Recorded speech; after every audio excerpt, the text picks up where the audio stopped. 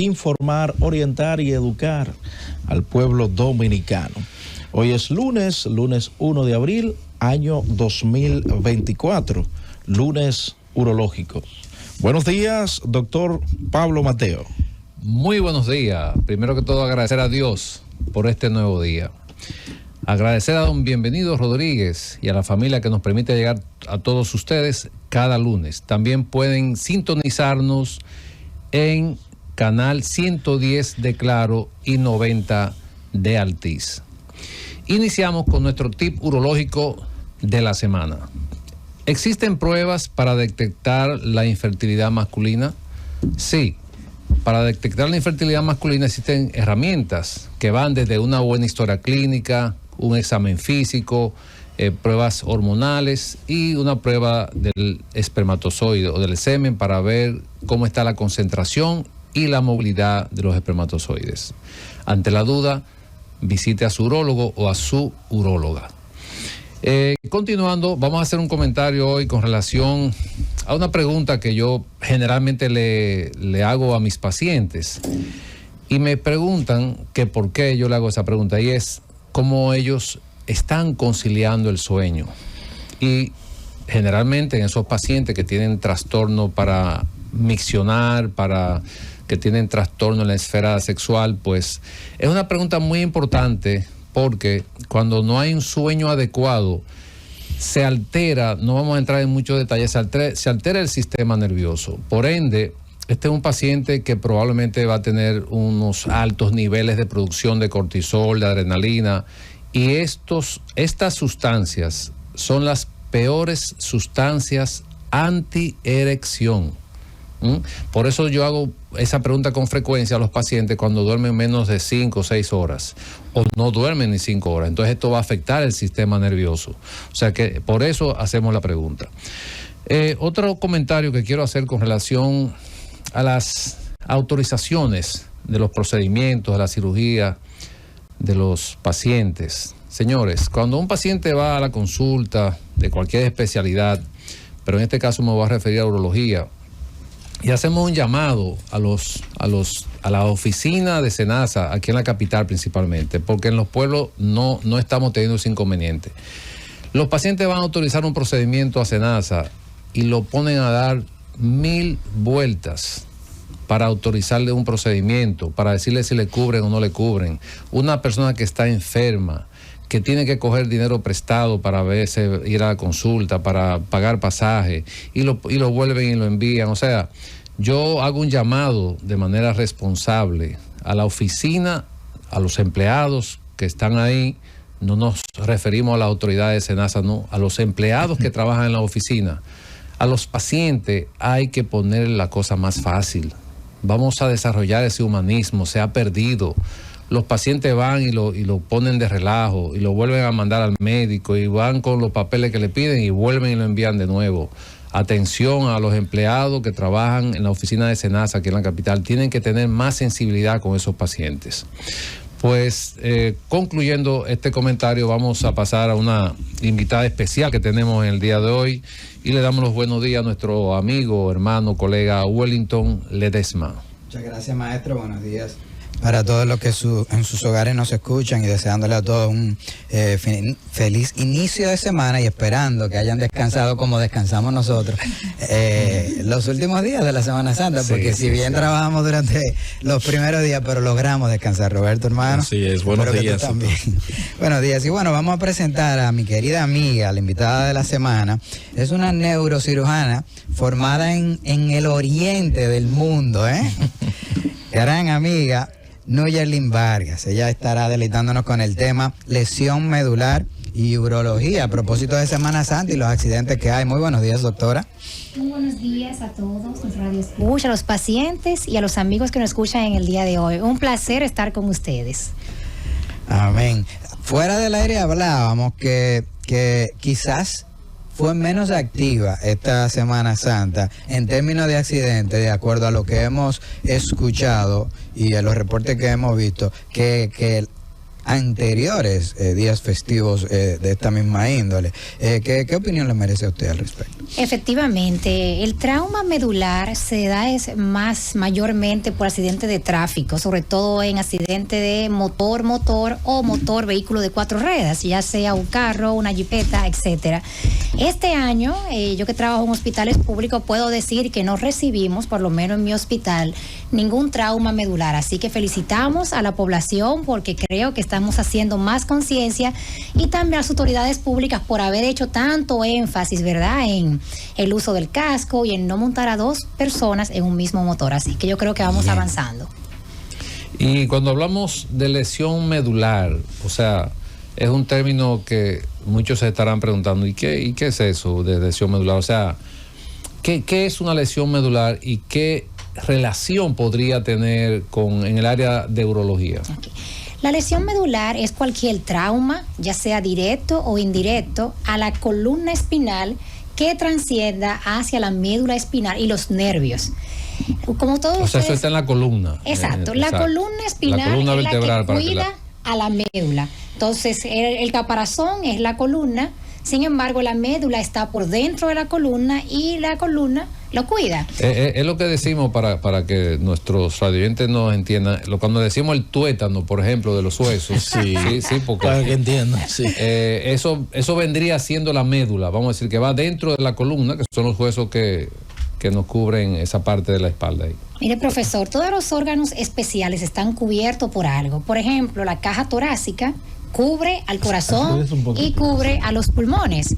Igual, el cerebro está cubierto por el cráneo. Como es un órgano vital, la médula también está cubierta por la columna vertebral. Entonces, cuando hay un daño, ya sea directo o indirecto, a la columna que transciende, que pasa estos bordes, entonces se afecta la médula espinal. La médula espinal es la que nos da el soporte para la movilidad y para activar las funciones de los órganos internos, tanto como para el pene se erecte, tanto como para que la vejiga se vacíe y se llene, tanto como para que los miembros inferiores, las piernas, se puedan movilizar para mover los brazos. Todas las funciones que tienen que ver con la motricidad están dadas por la médula espinal. Doctora, eso que usted acaba de decir muy interesante, porque nosotros, los urólogos, las urólogas, fíjese que yo siempre digo las urólogas, yo nunca menciono los urólogos, o sea, porque es verdad. No queremos. Que de ello le pregunté a usted que porque aquí debe decir doctora, o sea, neurocirujana, pero nada, bueno. Cuando nosotros recibimos un paciente que está, por ejemplo, en silla de ruedas porque tiene alguna condición, el paciente se afana por algo que lógicamente uno quisiera resolver pero no puede, y uno le explica al paciente a veces, bueno, ya eso no tiene solución porque... Y me gustaría que usted nos hablara un poco de eso cuando tenemos un paciente con una condición neurológica, que puede ser por una lesión medular, como usted acaba de explicar, que puede ocurrir por cualquier causa que usted también la va a decir, y nos llega ese paciente que no puede orinar o que no tiene erección y quiere que nosotros podamos ayudarlo en esa parte, pero se nos hace a veces imposible. Sí. Mire, profesor, hay un asunto muy importante, y es que el paciente masculino acude tarde, casi siempre, a las consultas por miedo, por la parte social. Muchos pacientes reciben traumas en la columna vertebral que se afecta, ¿verdad?, la médula, pero ellos pueden caminar, pero sin embargo solamente se afecta el pleso, que tiene que ver con la vejiga y con el pene. Y muchos de ellos con el trauma ven la impotencia sexual, ven el problema con la vejiga para el vaciado o para el llenado, y muchos de ellos no van, sobre todo por la parte del miedo y a ser juzgado, o por la parte social. Entonces muchos pacientes de esto los recibimos tarde. Está el otro paciente que tiene un trauma agudo, que le dan, por ejemplo, una herida por arma de fuego, ya sea que le den con una pistola, ¿verdad?, una bala en la columna, o un paciente que le incrusten, ¿verdad?, algún material, ya sea un cuchillo, un objeto punzo penetrante, el que sea. Otros pacientes que se caen de un andamio o se caen de un motor, un accidente de tráfico, ellos llegan a la emergencia muchas veces con inmovilidad de las piernas, pero también ahí está inmediatamente la vejiga llena. Y el paciente que te dice, yo tengo, doctora, yo no puedo orinar. Y cuando le palpan el abdomen, tienen el abdomen crecido. No es porque tenga un tumor de la barriga ni nada, sino es porque tiene una vejiga, lo que le llaman vejiga neurogénica, que el paciente no puede miccionar correctamente. Ahí estarían las clasificaciones de los tipos de lesiones en la médula. Así es, hay lesiones que son completas y las incompletas. Esto, además de reducirle la calidad de vida al individuo, también le restaría, diríamos, años de vida. Años de vida, sobre todo porque esos pacientes toman muchas infecciones, hacen úlceras por presión al estar tanto tiempo sentados o acostados porque no pueden movilizarse solo. Entonces estos pacientes hacen úlceras, lo que llaman llagas en los pueblos y en los campos, se infecta con alguna infección y esto se va a la sangre y hace septicemia, etcétera. Es muy importante que también mencionemos que también tienen incapacidad para defecar. Estos pacientes, aparte de que no pueden orinar, que tienen que utilizar sonda vesical, que ustedes mejor que van a conversar eso un poquito ahora, hacen muchísimas infecciones por la misma sonda vesical, no tienen impotencia sexual, el pene no se le para por ninguna vía y tienen imposibilidad para defecar. Eso es una imposibilidad, o que tengan un esfínter atónico y es que tengan un vaciado sin que el paciente se dé cuenta. Es una patología bastante triste, pero es más común de lo que uno piensa. Sí, y cuando yo le pregunté ahorita, por ejemplo, cuando tenemos esos pacientes que realmente no tenemos herramientas, no podemos ayudarlo, y uno siente la impotencia como profesional cuando llega un paciente con esta condición, que uno tiene que decirle que no puede ayudarlo porque el problema ya viene, como te acaba de decir, por una lesión de la médula.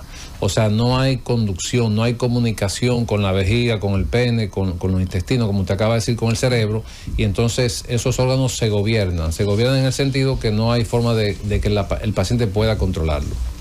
Así es, la micción ocurre de manera refleja en el organismo, y en estos pacientes, cuando tienen un choque medular, antes de que se estabilice este tipo de lesión, puede comportarse de dos maneras: una vejiga hiperrefléxica, que el paciente almacena muy poca cantidad y se le está saliendo todo el tiempo, lo que hace que el paciente a veces acuda a la consulta con el neurocirujano por la historia del trauma, o el neurólogo, o con el urólogo por el problema de la disfunción miccional. Pero otros, como decía la doctora, es que no pueden orinar y tienen una vejiga arrefléxica y muchas veces no llegan con una sonda, porque de la forma que deciden manejarlo es dejarle una sonda, y hoy por hoy no es la forma que se recomienda, una sonda permanente comunicando el exterior con el interior, porque favorece esto a infecciones. Hay lesiones leves que quizás el paciente, por lo leve que es, espera tiempo y tiempo, de repente va a una consulta y se descubre que es una lesión, doctor. Sí, hay diferentes causas de lesión medular. Están las congénitas o las del nacimiento, por ejemplo, como los meningoceles, los mielomeningoceles o algún tumor de esta área. Cuando el paciente nace con esta condición, que se llama disrafismo espinal, ese paciente, aunque hay que operarlo oportunamente, es un paciente que queda con ese daño neurológico permanente. Y son los niños que ustedes ven por la calle, que andan en su sillita de rueda y con una atrofia de los miembros inferiores, o que ustedes lo ven con una jiba aquí en la espalda, que están doblados. Esas son las adquiridas, que aunque se operen en la prematuridad, en el primer momento de la vida, esos daños regularmente son para siempre. Y este paciente, un niño pequeño que anda con una sonda vesical de por vida, o que hay que hacerle cualquier procedimiento quirúrgico para tratar, ¿verdad?, de darle mejor calidad de vida. Esas son las congénitas, que son las disrafismos espinales, ya sean mielomeningoceles, meningoceles y en todas sus expresiones. Okay. Luego están las traumáticas, que son las más frecuentes, que es traumatismo raquimedular. Se divide desde la A hasta la E, por el esquema Asia. Desde una total, que es que el paciente, por ejemplo, no siente nada. De la cintura para abajo, como dicen, no siente nada, ni las piernas, ni el pene, ni el ano, ni los testículos, ni nada. O sea, no hay ningún tipo de función motora o sensitiva, ni se mueve ni siente. Ese es cuando es total. Y regularmente en esos casos, si se interviene a tiempo, ya sea con una cirugía, si es por una bala, habría que ver qué tanto daño hizo esa bala, o si es por una arma blanca, habría que ver qué tanto daño, pero regularmente la recuperación de sus pacientes es un 5% en muchos casos, pero muchas veces nula, total. Doctora, a propósito de lo que usted habla de las congénitas, ¿verdad?